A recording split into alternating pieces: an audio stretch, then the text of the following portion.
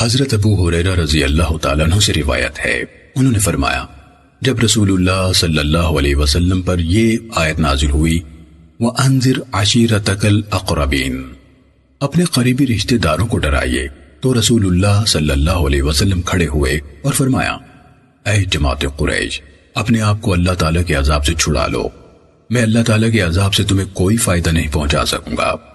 اے عبد مناف کی اولاد، میں تمہیں اللہ تعالیٰ کی پکڑ سے کوئی کفایت نہیں کر سکوں گا۔ اے عباس بن عبد المطلب، میں تجھے اللہ تعالیٰ کی طرف سے کوئی فائدہ نہیں پہنچا سکوں گا۔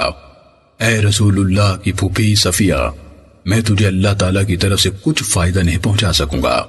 اے فاطمہ، تو دنیا میں مجھ سے جو چاہے مانگ لے، میں تجھے اللہ تعالیٰ کی طرف سے کوئی فائدہ نہیں پہنچا سکوں گا۔ سنن نسائی حدیث نمبر 3677۔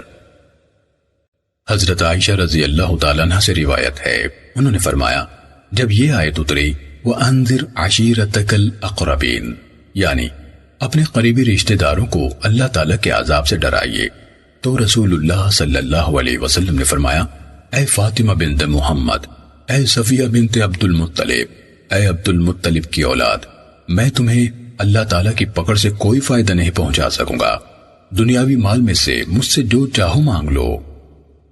سنن نسائی حدیث نمبر 3678۔ حضرت عائشہ رضی اللہ تعالیٰ عنہ سے مروی ہے کہ ایک آدمی نے رسول اللہ صلی اللہ علیہ وسلم سے کہا میری والدہ کی جان اچانک نکل گئی، اگر اسے بات چیت کا موقع ملتا تو وہ ضرور صدقہ کرتی، کیا میں اب اس کی طرف سے صدقہ کر سکتا ہوں؟ رسول اللہ صلی اللہ علیہ وسلم نے فرمایا ہاں، چنانچہ اس شخص نے اپنی والدہ کی طرف سے صدقہ کیا۔ سنن نسائی حدیث نمبر 3679۔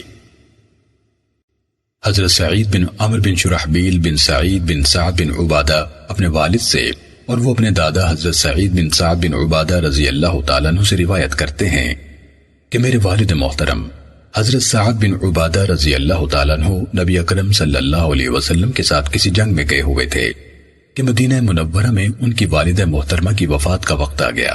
ان سے کہا گیا کوئی وصیت فرمائیے۔ وہ کہنے لگے میں کیا وصیت کروں، مال تو سعد کا ہے۔ وہ حضرت سعد رضی اللہ تعالیٰ عنہ کے واپس آنے سے پہلے ہی فوت ہو گئیں۔ پھر جب سعد آئے تو ان سے اس بات کا تذکرہ کیا گیا، چنانچہ وہ رسول اللہ صلی اللہ علیہ وسلم کے پاس حاضر ہو کر کہنے لگے اے اللہ کے رسول، اگر میں ان کی طرف سے صدقہ کروں تو کیا انہیں فائدہ ہوگا؟ نبی اکرم صلی اللہ علیہ وسلم نے فرمایا ہاں۔ سعد کہنے لگے میرا فلاں فلاں باغ ان کی طرف سے صدقہ جاریہ ہے۔ سنن نسائی حدیث نمبر 3680۔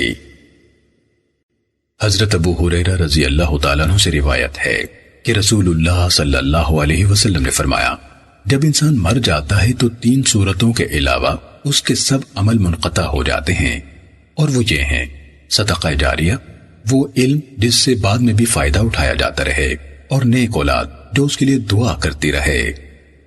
سنن نسائی حدیث نمبر 3681۔